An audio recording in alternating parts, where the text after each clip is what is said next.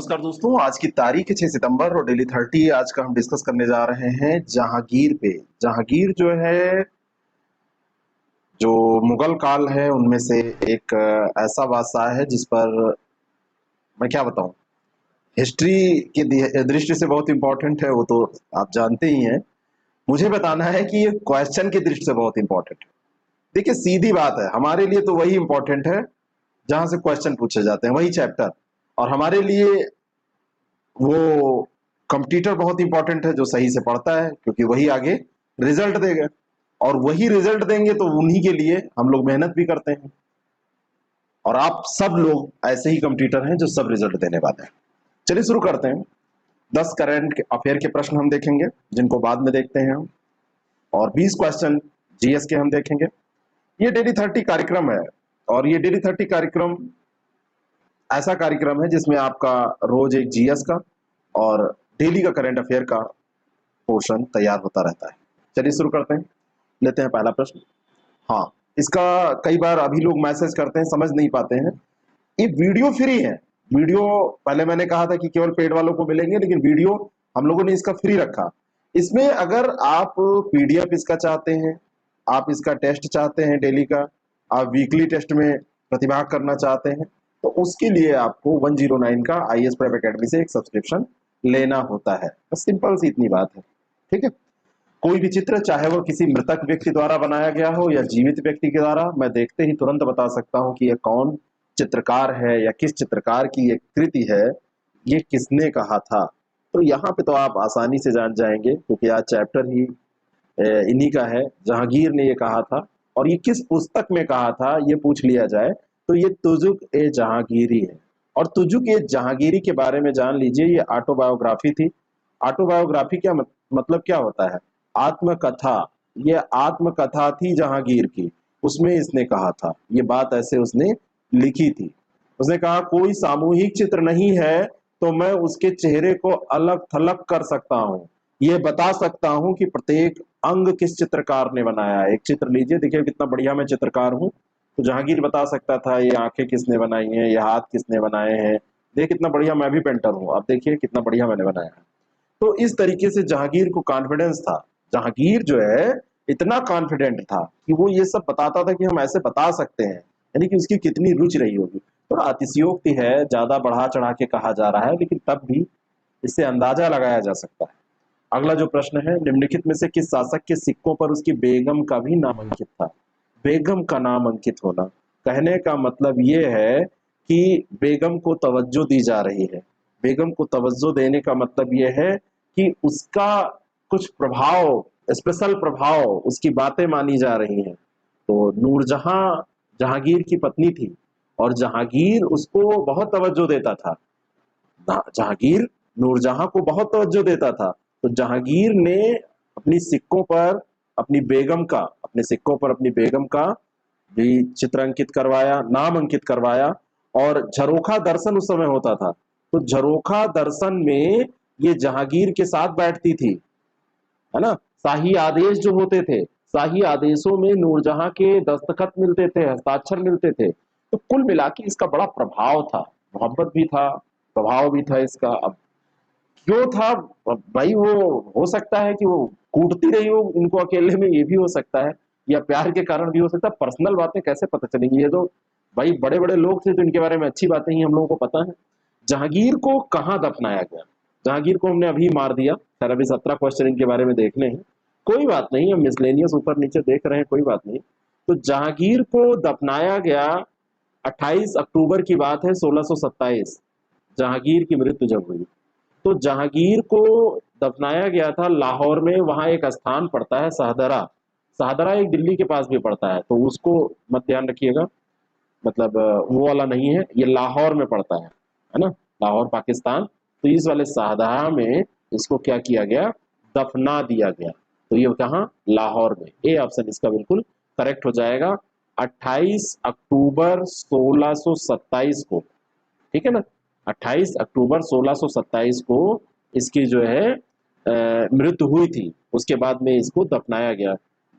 मृत्यु के बाद ही तो दफनाया जाएगा, मृत्यु के पहले तो दफनाया नहीं जाएगा, इतना तो क्लियर ही है। तो ये डेट याद रखिएगा। चलिए आगे बढ़ते हैं। अगला जो प्रश्न है, निम्नलिखित में से असत्य कथन की पहचान कीजिए। एतमाउद्दौला का मकबरा 1626 ईस्वी में नूरजहां बेगम ने बनवाया। दूसरा है कि सर्वप्रथम एतमाउद्दौला के मकबरे में पितरादुरा नामक जड़ाऊ काम किया गया। और तीसरा है जहांगीर के मकबरा का निर्माण भी औरंगजेब ने करवाया। और चौथा है कि अशोक के कौशाम्बी स्तंभ, वर्तमान में जो प्रयाग है, प्रयाग में है ये, तो पर समुद्रगुप्त की प्रयाग प्रशस्ति तथा जहांगीर का लेख उत्कीर्ण है। आपको बताना है कि इनमें से कौन सा कथन असत्य है। तो जहांगीर के मकबरा का निर्माण यहाँ पर दिया हुआ है कि औरंगजेब ने इसको भी बनवाया था, जबकि जहांगीर के मकबरे का निर्माण नूरजहां ने करवाया था। जहांगीर के मकबरे का निर्माण भी नूरजहां ने करवाया था। एतमाउद्दौला के मकबरे का निर्माण और साथ में जहांगीर के मकबरे का निर्माण, ये दोनों नूरजहां ने करवाया था। ध्यान रखना, नूरजहां बेगम ने करवाया था। ठीक है। बाकी ये एतमाउद्दौला का जो मकबरा है, इसमें पितरादुरा एक जड़ाऊ शैली होती थी, आप देखेंगे वो चमकता था, उसमें दीवार में से जड़ा जड़ा के उसको बनाया जाता था, तो वो अच्छा लगता है अभी भी आप देखेंगे, और बड़ा टिकाऊ काम होता था। तो ये सी वाला ऑप्शन इसका गलत हो जाएगा। बाकी जो स्टेटमेंट दिए हैं सब सही है, इन पे अलग अलग भी प्रश्न आपसे पूछे जा सकते हैं, तो उन प्रश्नों के लिए भी आप अपने को तैयार रखिए। डेली 30 जब आप किया करिए तो यहाँ पर सीधा एक फंडा अपनाइए कि जो भी आपने किया है उसको केवल एक क्वेश्चन तक सीमित मत रखिए। उसके जितने भी ऑप्शंस दिए हैं उन पे प्रश्न बनाइए, जो व्याख्या दी है उन पे प्रश्न बनाइए, तो आपका जो तैयारी का एक नजरिया है वो चेंज होगा। और साथ में क्या होगा, एक क्वेश्चन के साथ में आपके लगभग 2 3 4 क्वेश्चन तैयार होंगे। ये तरीका आप अपनाइए, तभी आपका जो प्रीलिम्स है वो अच्छा होगा और मेंस के लिए भी आपके पास पर्याप्त कंटेंट होंगे। अगला प्रश्न है, जहांगीर ने अका रेजा के नेतृत्व में इलाहाबाद में एक चित्रणशाला की स्थापना की। और दूसरा है, जहांगीर ने उस्ताद मंसूर को नादिर उल उस्र एवं अबुल हसन को नादिरुज्जमा की उपाधि प्रदान की। ये दो स्टेटमेंट। इसमें जो जहांगीर ने अकारेजा के नेतृत्व में दिया है चित्रणशाला की स्थापना, ये इसने इलाहाबाद में क्यों कराएगा, इसका आगरा ही सेंटर था ना। सिंपल सा अगर कॉन्सेप्ट क्लियर है तो आप इसको सही कर सकते हैं, ये आगरा में कराया। और दूसरा जो यहाँ पर है वो बिल्कुल सही दिया हुआ है, दूसरा स्टेटमेंट यहाँ पर बिल्कुल सही है। ये इसने उस्ताद मंसूर को नादिर उस्र और अबुल हसन को नादिरुज्जमा इनकी उपाधि दी थी। तो बी ऑप्शन इसका बिल्कुल करेक्ट हो जाएगा। बात समझ में आ गई। अगले प्रश्न पे हम चलते हैं। अगला जो प्रश्न है, अब यहाँ पर थोड़ी सी व्याख्या भी हम देख लेते हैं। इन व्याख्याओं में जैसे कभी कभी आपको और प्रश्न मिल जाता है, यहाँ पर देखिए वही व्याख्या दी हुई है। ये ऐसा क्यों हम करते हैं, जब हम आपके लिए पेपर सेट करेंगे, जो वीकली आपका टेस्ट होता है, तो वहां पर आपको व्याख्या हो सकता है कि ये भी अगर आप पढ़ लें और यही क्वेश्चन आपको मिले तो आप यही व्याख्या पढ़ के कई क्वेश्चन तैयार कर सकते हैं। तो इसी कारण से ये व्याख्या में हम लगभग डलवा देते हैं हर एक व्याख्या में इंपॉर्टेंट कंटेंट। अगला जो प्रश्न है, निम्नलिखित में से कौन जहांगीर के समय का चित्रकार नहीं था। पेंटर जो था वो जहांगीर के समय का नहीं था, टाइम पीरियड जो उनका रहा है। बिशनदास, मनोहर, दसवंत, मोहम्मद नासिर। तो इसमें से देखिए बिशनदास, मनोहर और मोहम्मद नासिर तो थे। जो दसवंत था, अब दसवंत क्यों नहीं था, दसवंत है कौन, ये कौन व्यक्ति है, ये है चित्रकार ही, इसमें कोई शक नहीं है। लेकिन दसवंत जो था वो अकबर के समय में था। किसके समय में था, ये अकबर के समय था, ये जहांगीर के समय नहीं था। पूछा जा रहा है कि जहांगीर के टाइम ऑफ जहांगीर, तो सी ऑप्शन इसका करेक्ट हो जाएगा। और भी नाम है, अका रेजा का नाम आपने सुना, अबुल हसन, मोहम्मद नासिर, मोहम्मद मुराद थे, है ना, उस्ताद मंसूर भी थे, विसनदास थे, मनोहर थे, गोवर्धन थे, फारूक बेग, दौलत, ये सब जो थे ये जहांगीर के दरबार के प्रमुख चित्रकार थे, है ना। और आगरा में जहांगीर ने अका रेजा के नेतृत्व में, अभी मैंने बताया था, एक चित्रणशाला की स्थापना की थी, है ना। ड्राइंग हॉल, चित्रणशाला की स्थापना इसने की थी। बाकी ये प्रश्न भी हम कर ही चुके हैं, नादिरुज्जमा और नादिरुल उस्र जो है ये मंसूर की है, और जमा वाली अबुल हसन की है, हसन की नादिरुज्जमा है। ठीक है। अगला प्रश्न, मुगल चित्रकला का स्वर्ण काल किसके शासन काल को कहा जाता है ना। मुगल चित्रकला का स्वर्ण काल, तो इतनी देर से आप पढ़ रहे हैं तो आपको लग गया होगा कि ये जो जहांगीर है यही इतनी रुचि रख रहा था। तो जहांगीर के काल को ही इसको गोल्डन पीरियड कहते हैं, गोल्डन पीरियड। ठीक है, पेंटिंग का, चित्रकला का, जहांगीर, जहांगीर जो है ये मुगल चित्रकला अपने चरमोत्कर्ष पर जब पहुंची उस समय जहांगीर का शासनकाल था। बहुत ये जो बड़े बड़े नाम अभी हमने लिए ये सब बहुत बड़े लोग थे, बहुत बड़े बड़े पेंटर थे, कोई छोटी मोटी हस्तियां नहीं थी ये सब। ठीक है, अगला जो प्रश्न है, निम्नलिखित कथनों पर विचार कीजिए। और इसमें से पहला स्टेटमेंट है कि सर टॉमस रो को 1615 ईस्वी में जेम्स प्रथम ने भेजा था, और दूसरा है कि फ्रांसिस्को पल्सर्ट ने जहांगीर के शासनकाल में भारत की यात्रा की थी। पहला स्टेटमेंट बिल्कुल सही स्टेटमेंट है। सर टॉमस रो जो है ये आया था जहांगीर के समय ही। सूरत में अंग्रेजों को व्यापार करने के लिए इसने फरमान भी प्राप्त किया था, जेम्स प्रथम के द्वारा भेजा गया था 1615 में। और फ्रांसिस्को पेल्सर्ट जो था ये जहांगीर के शासनकाल में ही आया था, और भारत की यात्रा इसने की थी। भारत की यात्रा की बात ही हो रही है, तो फ्रांसिस्को पेल्सर्ट कहाँ का था ये जरा हमको आप कमेंट करके बताएंगे। हमारे द्वारा प्रश्न पूछे गए प्रश्नों का उत्तर आप लोग नहीं देते हैं, है ना। आप लोग प्रश्नों का उत्तर दिया कीजिए। इस वीडियो को आप फ्री में प्राप्त करते हैं, और इस वीडियो को बनाने के लिए बहुत मेहनत पड़ती है, और एक कमेंट आपसे करने को मैं कहता हूं कि इसका उत्तर दीजिए। मैं तो टारगेट नहीं रखता, बहुत सारे जो भाई लोग हैं हमारे चैनल चलाते हैं बहुत सारे, वो कहते हैं आज लाइक का 1000 का होना चाहिए टारगेट।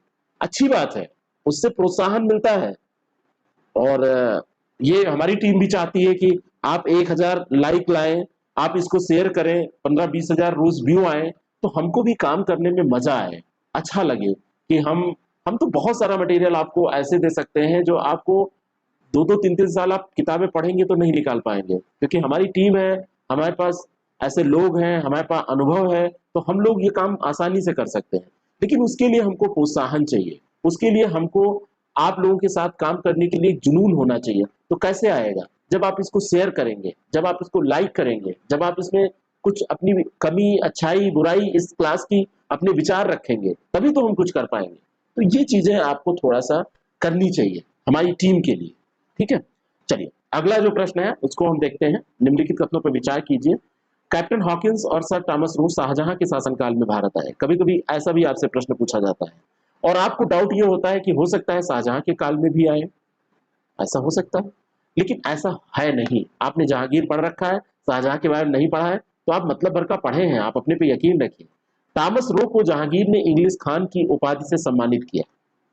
दूसरा स्टेटमेंट यहां पर गलत है, दूसरा भी गलत है, क्योंकि टॉमस रो को नहीं, कैप्टन हॉकिंस को जहांगीर ने इंग्लिश खां की उपाधि दी थी। कैप्टन जो हॉकिंस है इसी को दी थी इंग्लिश खां की उपाधि। दोनों गलत हो जाएंगे, डी ऑप्शन इसका बिल्कुल करेक्ट हो जाएगा, दोनों के दोनों यहाँ पर गलत हो जाएंगे। ठीक है, कैप्टन हॉकिंस और टॉमस रो दोनों जहांगीर के शासनकाल में आए थे, व्यापारिक अनुमति प्राप्त करने के लिए आए थे। टहलने घूमने तो आए ही थे, लेकिन मुख्य उद्देश्य इनका क्या था? व्यापार करने की अनुमति प्राप्त करना। नाविक तो थे ही साहसिक, नाव चला के इतनी दूर चले आना कोई छोटी बात है? छोटी बात तो बिल्कुल नहीं है। कैसे छोटी बात हो सकती है? आप सोच के एक बार देखिए, उस समय इतना नेविगेशन भी स्ट्रांग नहीं था। उस समय आप सोचिए एक बार कि इन लोगों ने कितनी मेहनत का काम किया होगा, कितना चैलेंजिंग काम किया होगा। बात समझ रहे हैं? तो ये आए 1608 ईस्वी में, हॉकिंस आया, फिर इंग्लैंड के राजा जेम्स प्रथम ने उसको भेजा था, जाओ। तो मुगल सम्राट अकबर के नाम एक पत्र लाया था, लेकिन जब वो भारत पहुंचा तो अकबर मर चुके थे, और अकबर के बाद में बन गया था बादशाह जहांगीर। भेजा गया था ये अकबर के लिए, लेकिन अकबर चले गए ऊपर, जहांगीर था नीचे, तो ऊपर जाके तो मुलाकात कर नहीं सकता था। जहांगीर से मुलाकात हुई, और हाकिस जहांगीर से आगरा में मिला था। ये भी पूछा जाता है कई बार छोटे एग्जाम्स में, कहां पर मिला था? तो ये आगरा में मिला था, और आगरा में जब इसकी मुलाकात हुई 1609 में, फारसी में इसने बात की, तो कैप्टन हॉकिंस को जहांगीर ने इंग्लिश खां की उपाधि से सम्मानित किया। अब देखिए, लोग योग्यता के बल पे अपना इंप्रेशन जमा लेते थे, है ना। सर टॉमस रो को 1615 ईस्वी में जेम्स प्रथम ने भेजा था, और टॉमस रो जहांगीर से सूरत में मिला, अंग्रेजों को व्यापार करने के लिए फरमान प्राप्त किया। तो ये भी इंपॉर्टेंट एक फैक्ट है, सन भी यहाँ पे इंपॉर्टेंट है, तो इसको आप ध्यान रखेंगे। नेक्स्ट क्वेश्चन, अगला जो प्रश्न है, प्रश्न संख्या 10। निम्नलिखित में से किस शासक ने सूरदास को संरक्षण प्रदान किया था? ये वही सूरदास, मैया मोरी मैं नहीं माखन खायो, वही वाले सूरदास। तो जहांगीर ने सूरदास को, सूरदास जी जो थे जहांगीर के आश्रय में रहे थे, और सूरसागर की जब उन्होंने रचना की थी, सूरसागर, है ना, गागर में सागर भरने वाला सूरसागर, तो ये सूरसागर की रचना जहांगीर के संरक्षण में थे, तभी इसने की थी। बात समझ में आ गई? जहांगीर के संरक्षण में ही है। अगला जो प्रश्न है, दक्षिण में टोडरमल की भू राजस्व प्रणाली को लागू करने का श्रेय किसे दिया जाता है? कौन है जो दक्षिण में, साउथ में लागू किया था इसको, टोडरमल की भू राजस्व प्रणाली को? अब टोडरमल जो थे, टोडरमल तो अकबर के समय के थे, लेकिन दक्षिण में इसको लागू किया था, अब यहाँ पे जहांगीर मत टिक कीजिएगा, ये था मलिक अंबर। सी ऑप्शन इसका करेक्ट है, मलिक अंबर। 1622 ईस्वी में शहजादा खुर्रम के विद्रोह के कारण अहमदनगर पुनः मुगलों के नियंत्रण से बाहर हो गया, और खुर्रम के विद्रोह का दमन करने के लिए जहांगीर ने बहावत खां को अहमदनगर भेजा, जिसने मलिक अंबर पर दबाव देकर शाहजहां को अहमदनगर से निष्कासित कराया और बालाघाट पर मुगलों का पुनः नियंत्रण स्थापित हो गया। ठीक है, तो इसी ने, मलिक अंबर जो था, इसी ने टोडरमल, मलिक अंबर फिर 1626 ईस्वी में, 1626 ईस्वी में मलिक अंबर की मृत्यु हो जाती है, और यही मलिक अंबर 1626 ईस्वी में मरता है। लेकिन यही मलिक अंबर था जो दक्षिण भारत में टोडरमल की भू राजस्व प्रणाली को इसने लागू किया था, और इसने इजारे पर जमीन देने की पुरानी प्रथा को क्या किया था? समाप्त कर दिया था, है ना, एबोलिश कर दिया था। ये जो इनकी प्रैक्टिस थी, ओल्ड प्रैक्टिस थी, इसको एबोलिश कर दिया था कि अब नहीं दी जाएगी। अगला जो प्रश्न है उसका उत्तर दीजिए, खुर्रम को शाहजहां की उपाधि किसने प्रदान की थी? तो शाहजहां आगे बनेगा, वही ताजमहल वाला शाहजहां। ठीक है, तो ताजमहल वाला ये जो शाहजहां है, इसको खुर्रम, ये नाम था इसका। शाहजहां की उपाधि किसने दिया था? तो शाहजहां की उपाधि ये जहांगीर ने दिया था। क्यों दिया था? शाहजहां कौन था? जहांगीर का बेटा था, ये तो सिंपल सी बात है। जहांगीर का पुत्र था और अकबर का पोता था। ये भी आपसे पूछा जाए तो आप बता देंगे। 5 जनवरी 1592 लाहौर में जन्म होता है इसका, और खुर्रम इसके बचपन का नाम था। अहमदनगर और मुगल साम्राज्य के बीच 1617 ईस्वी में संधि हुई, जिसमें जहांगीर के पुत्र खुर्रम ने अहम भूमिका निभाई, और यही संधि जिसमें इसने महत्वपूर्ण भूमिका निभाई, तो उसने प्रसन्न होकर जहांगीर ने इसको, खुर्रम को, शाहजहां की उपाधि दे दी। फिर ये शाहजहां के नाम से ही जाना जाने लगा। बात समझ में आ गई?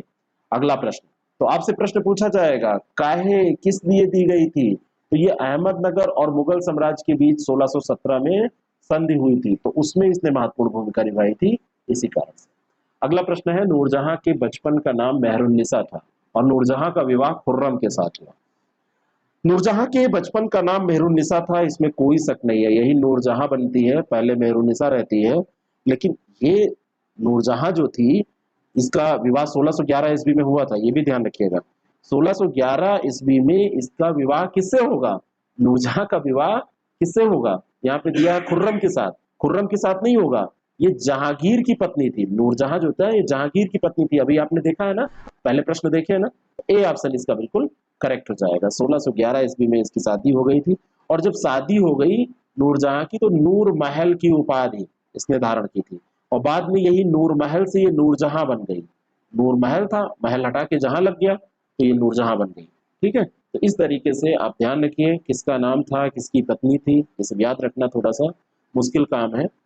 ये ग्यास बेग की बेटी थी, पर्सिया की निवासी ग्यास बेग थे, और जहांगीर ने ग्यास बेग को एतमाउद्दौला की उपाधि प्रदान की थी। एतमाउद्दौला का जो मकबरा इनके पिताजी नूरजहां के, तो पहले इनका नाम ग्यास बेग हुआ करता था, और ग्यास बेग को इसने एतमाउद्दौला की उपाधि प्रदान की थी जहांगीर ने अपने ससुर जी को।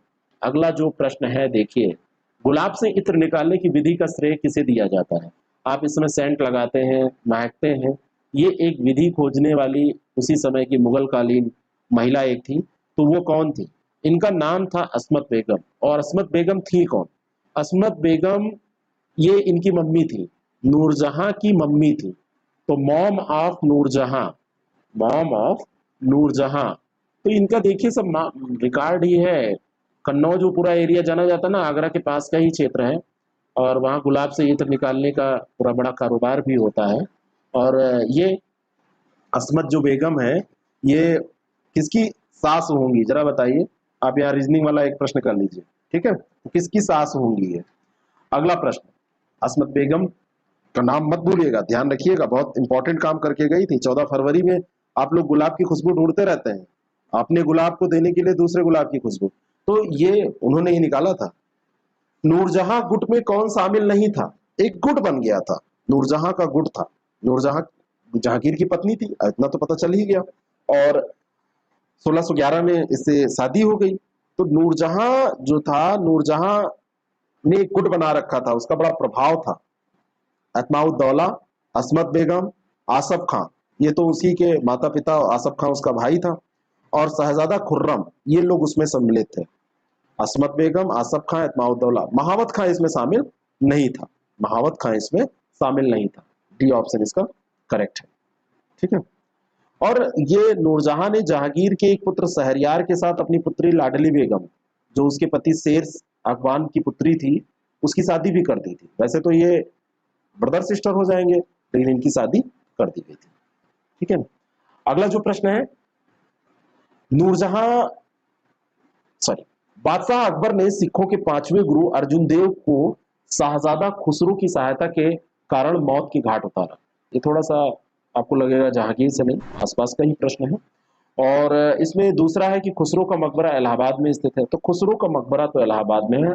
आप स्टेशन पे जाइएगा, जो मेन वाला बड़ा वाला स्टेशन है, सिविल लाइन वाला, स्टेशन के मेन वाले सिविल लाइन तरफ वाले गेट पे उतरिएगा, थोड़ा सा राइट चल के सामने रोड क्रॉस कीजिएगा, खुसरो बाग आपको वहां पे मिल जाएगा। वहां पे मकबरे वकबरे आपको सब मिल जाएंगे, देख लीजिए, अच्छी जगह है, शांति के साथ आप बैठ सकते हैं वहां। पहला जो स्टेटमेंट है वो गलत है। बादशाह अकबर ने सिखों के पांचवें गुरु अर्जुन देव को दिया है कि शाहजादा खुसरो की को समर्थन देने के कारण मौत के घाट उतारा। तो इसमें ये क्यों गलत है? ये सिख गुरु जो अर्जुन देव थे, तो अर्जुन देव ने समर्थन किया था, और बादशाह अकबर ने, जहांगीर ने इनको मौत के घाट उतारा था। यहाँ पे अगर जहांगीर दिया होता तो इस कारण से, इसीलिए मैंने आपसे कहा था कि ये अकबर आ गया तो आप घबराइएगा नहीं, इससे लगे सब प्रश्न हैं, ऐसे ही पूछे ही जाते हैं आपसे।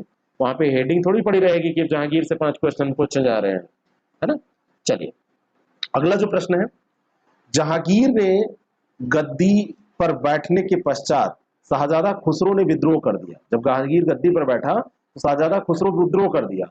उसकी मदद किसने की थी? तो उसकी मदद गुरु अर्जुन देव ने की थी, राजा मान सिंह ने की थी, और मिर्जा अजीत कोका ने की थी। इन सब ने इसकी मदद की थी। डी ऑप्शन इसका बिल्कुल करेक्ट हो जाएगा, है ना। उसके पश्चात शाहजादा खुसरो, जिसको राजा मान सिंह, मिर्जा अजीत कोका, इन सब का समर्थन प्राप्त था, तो इसने विद्रोह इसी कारण से कर दिया। देखो, विद्रोह वगैरह तभी होते हैं जब पीछे सपोर्ट होता है। पीछे सपोर्ट होगा तो विद्रोह हो जाएंगे। भाई, विद्रोह करने के बाद की स्थिति कौन संभालेगा? सपोर्ट पे ही हो पाते हैं। ठीक है। चलिए, अगला प्रश्न है, जहांगीर के गद्दी पर बैठने के पश्चात जो शाहजादा खुसरो था, इसने विद्रोह किया था, ये भी ध्यान रखना। और यहाँ पे एक प्रश्न आएगा आपसे कि किसके गद्दी पर बैठने के बाद, आपको कभी कभी अकबर दे देगा, आपको कभी कभी और भी ऑप्शन दे देगा, तो ये ध्यान रखना है आपको। तो अगले प्रश्न का उत्तर दीजिए, निम्नलिखित में से किसने आगरा के किले की शाह बुर्ज के मध्य एक न्याय की जंजीर लगवाई ताकि दुखी जनता अपनी शिकायतों को सम्राट के सम्मुख रख सके? सामान्य सा प्रश्न है बिल्कुल, लेकिन कंफ्यूजन खूब होता है, और ये करने वाला जहांगीर ही था। सी ऑप्शन इसका बिल्कुल करेक्ट है। और शिकायत अगर आपको कुछ करनी है तो घंटी लगी हुई थी, घंटी को बजाइए टन से और शिकायत करिए, आपको बुलाया जाएगा, जाके शिकायत करिए, है ना। और बाकी समृद्ध विरासत उसको मिली ही थी, तो अब सालों शौकत से रहता थे। ये सब बड़े बढ़िया से रह के गए हैं। बढ़िया से बड़े बड़े हवेली, बड़े बड़े भवनों में रहने वाले लोग ये हुआ करते थे। संघर्ष भी खैर किया है। अब हमारे लिए वो अच्छा था बुरा था ये नहीं है, लेकिन संघर्ष तो किया ही। जहांगीर द्वारा घोषित दस्तूर उल अमल में शामिल नियम कौन से थे? तो जहांगीर के द्वारा घोषित दस्तूर उल अमल में शामिल जो नियम थे, तो उसमें आम रास्ते पर डकैती या चोरी के संबंध में नियम थे, अस्पतालों का निर्माण और रोगियों की देखभाल से संबंधित नियम थे, वैद्यों की नियुक्ति की संबंधी नियम थे, और संपत्ति पर बलपूर्वक अधिकार करने का निषेध किया गया था, ये भी नियम थे। डी ऑप्शन इसका बिल्कुल करेक्ट है। जहांगीर जब बैठता है गद्दी पे तो अपनी नीति घोषित करता है, दस्तूर उल अमल उसको कहा गया, और उसमें कई नियम वो घोषित करता है, और वो जो नियम है वो आपसे पूछे जा सकते हैं और आपको जानना भी चाहिए। मदिरा का, सभी प्रकार का मादक द्रव्यों का सेवन उसने, उसकी बिक्री पर निषेध लगा दिया था। जैसे आजकल स्टेट गवर्नमेंट या कोई भी गवर्नमेंट क्या करती है, वो कहती है कि प्रचार ये करती है कि तंबाकू चबाना स्वास्थ्य के लिए हानिकारक है, दारू पीने से ये होता है वो होता है। सीधे उसकी बिक्री बंद करो, जब लोगों को मिलेगा नहीं, कहां से वो लोग पिएंगे? अपराधियों के घरों की कुर्की और उनके नाक और काल काट जाने पर निषेध उसने कर दिया था, नहीं किया जा सकता था ये। संपत्ति पर बलपूर्वक अधिकार करने का निषेध कर दिया था उसने। मृत व्यक्तियों की संपत्ति उसके उत्तराधिकारी के अभाव में सार्वजनिक निर्माण कार्य, भवन, कुआं, तालाब आदि के निर्माण पर खर्च कर दी जाएगी, ये भी उसने बनाया था नियम। सड़कों के किनारे सराय, मस्जिद, कुओं की बात उसने की थी, है ना। सप्ताह में 2 दिन, गुरुवार जहांगीर के राज्याभिषेक का दिन और रविवार अकबर का जन्मदिन, पशु हत्या पर उसने पूर्ण प्रतिबंध लगा दिया था। मनसबों और जागीरों का सामान्य प्रमाणीकरण उसने किया था। मदद ए मास भूमि का प्रमाणीकरण, जिसको आदमा कहा जाता था, उसका किया था। और दुर्गों पर प्रत्येक प्रकार के बंदीगृहों के बंदियों को क्षमादान उसने दे दिया था, जैसे गद्दी पर बैठा था। दारू खुद बहुत पीता था, हमेशा टुन्न रहता था, ये भी ध्यान रखिए। और बिक्री पर प्रतिबंध लगाया था, यानी कि अपनी सप्लाई इसने नहीं रुकवाया था।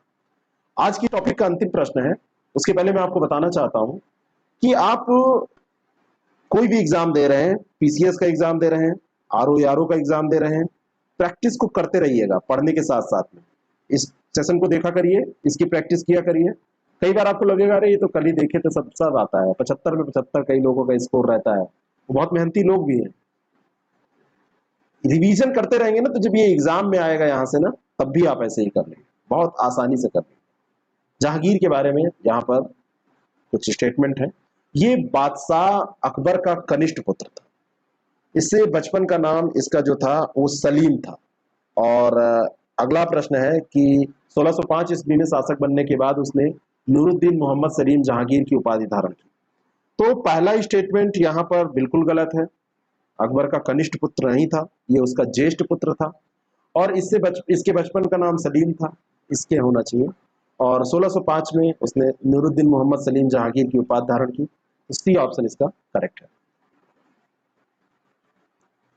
आज के करंट अफेयर में पहला प्रश्न है, टोक्यो पैरा ओलंपिक 2020 में भारत द्वारा जीते गए पदकों की संख्या कितनी है? फाइनल रिजल्ट आ गए हैं। एक वीडियो आपको कल मिल जाएगा टोक्यो ओलंपिक पे, जिसमें टोक्यो पैरा ओलंपिक से रिलेटेड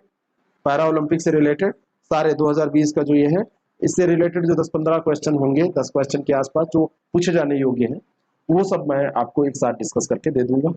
ठीक है, चैनल पे रहेगा। डेली 30 वाले लोगों को तो क्वेश्चन मिलते ही रहे हैं, और चैनल पे आप उसको देख लीजिएगा अलग से।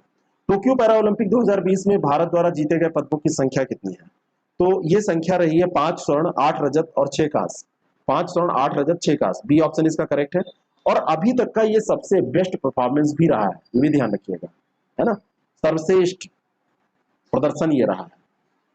ठीक है, 24वें स्थान पर संयुक्त रूप से भारत रहा है।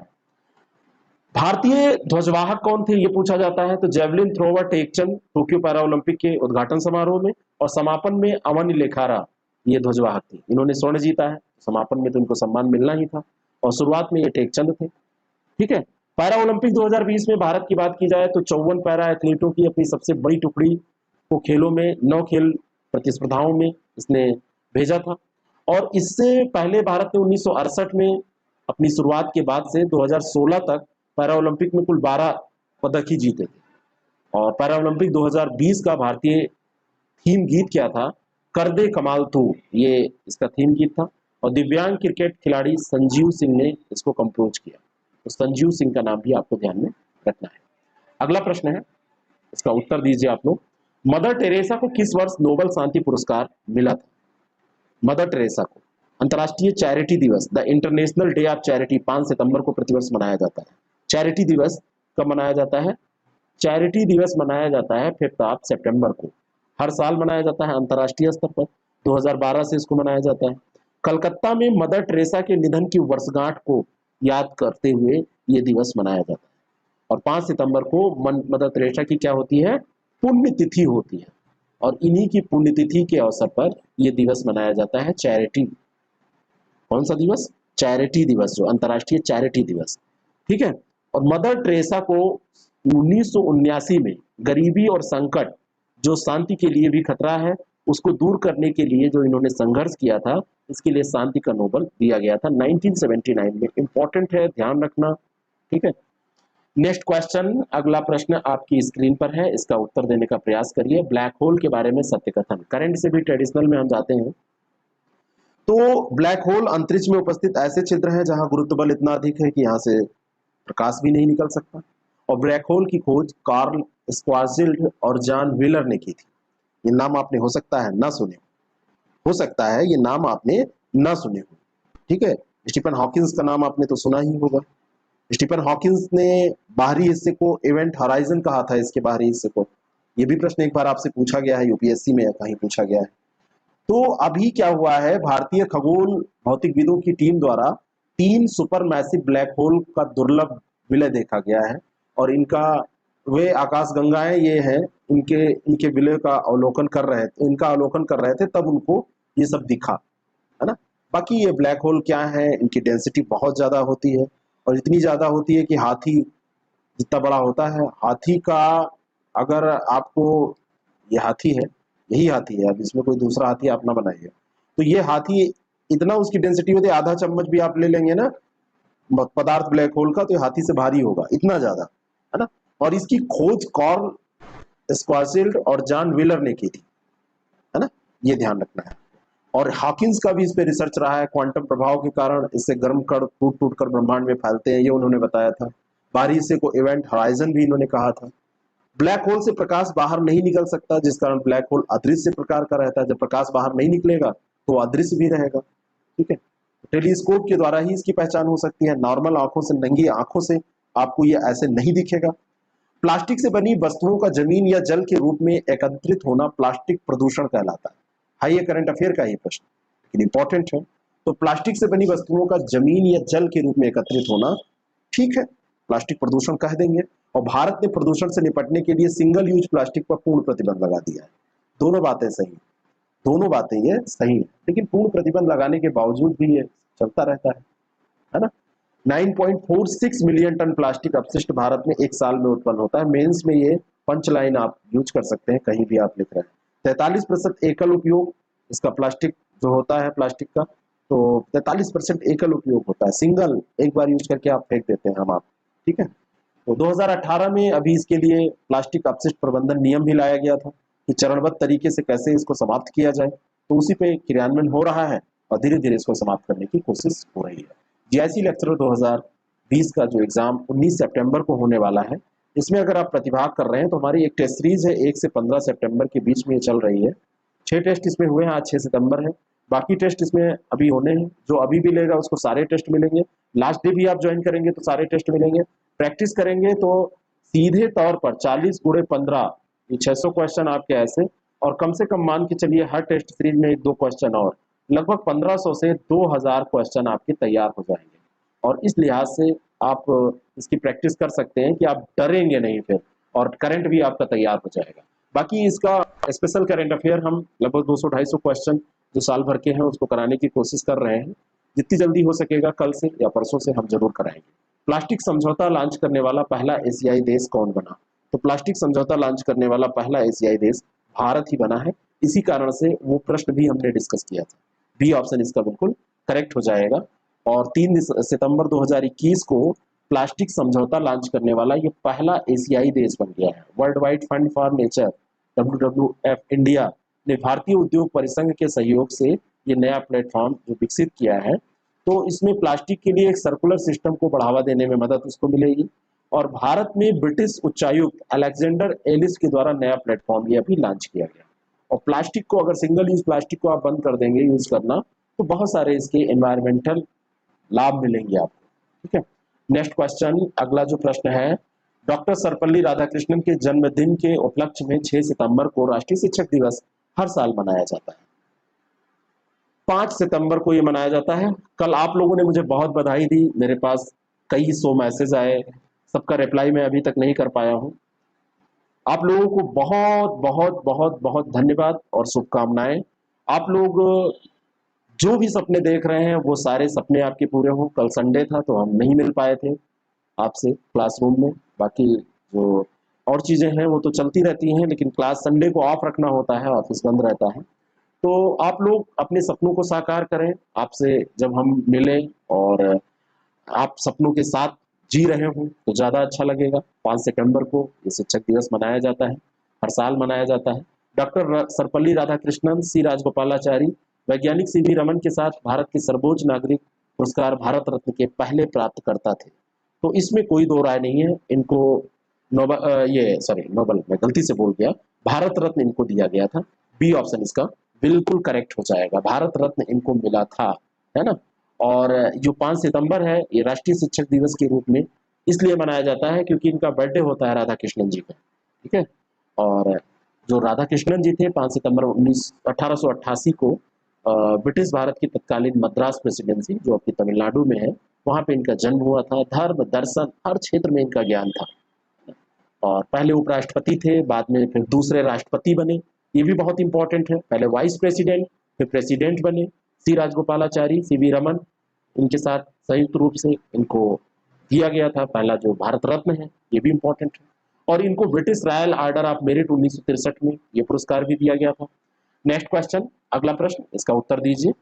विश्व स्टाम्प प्रदर्शनी फिल्म निप्पन 2021 कहाँ आयोजित की गई? अब ये जो प्रदर्शनी है इसका आयोजन कहाँ हुआ है, आयोजन स्थल आपसे पूछा जा रहा है। इसका आयोजन हुआ है जापान में। कहाँ पर हुआ है? जापान में। बी ऑप्शन इसका बिल्कुल करेक्ट है। फिलहाल निप्पन, निप्पन जहाँ पे निप्पन टाइप के शब्द आए, निप्पॉन, निप्पन, तो ये आप जापान से इसको रिलेट कर सकते हैं। टोक्यो में संपन्न हुई है। जापान में डाक सेवा की स्थापना को याद करने के लिए ये हर 10 साल में ये कार्यक्रम आयोजित किया जाता है, इसलिए इंपॉर्टेंट है, पूछा जा सकता है। हर साल नहीं होता है, एवरी 10 ईयर, हर 10 सालों में एक बार आयोजित होता है। और जापान अपनी डाक सेवा की अभी 150वीं वर्षगांठ मना रहा है, ठीक है। नेक्स्ट क्वेश्चन, अगला जो प्रश्न है उसका उत्तर दीजिए। स्वास्थ्य विज्ञान विश्वविद्यालय विधेयक किस राज्य की विधानसभा द्वारा पारित किया गया है?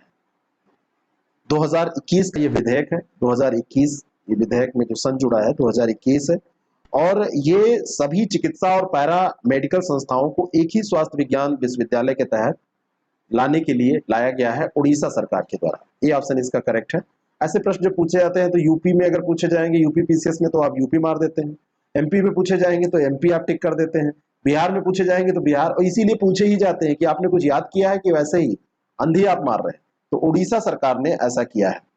अभी उड़ीसा सरकार में अलग अलग जो चिकित्सा और पैरामेडिकल संस्थान है उनके लिए अलग अलग विश्वविद्यालय हैं। इसको एक मंच पे लाने के लिए, एक विश्वविद्यालय के नेतृत्व में लाने के लिए ऐसा किया जा रहा है। भारत ने किस देश के साथ एशिया के हरित विकास के वित्त पोषण के लिए 1.2 बिलियन डॉलर के पैकेज की घोषणा की? तो ये जो भारत ने की है, तो भारत ने किस देश के साथ की है एशिया के हरित विकास वित्त पोषण के लिए, ये इंपॉर्टेंट प्रश्न हो सकता है। तो यह है भारत और यूके, यूनाइटेड किंगडम, उत्तराखंड नहीं, यूनाइटेड किंगडम। 1.2 बिलियन डॉलर का ये पैकेज है। एशियाई देशों में हरित विकास के लिए वित्त पोषण में सुधार करना इसका उद्देश्य है।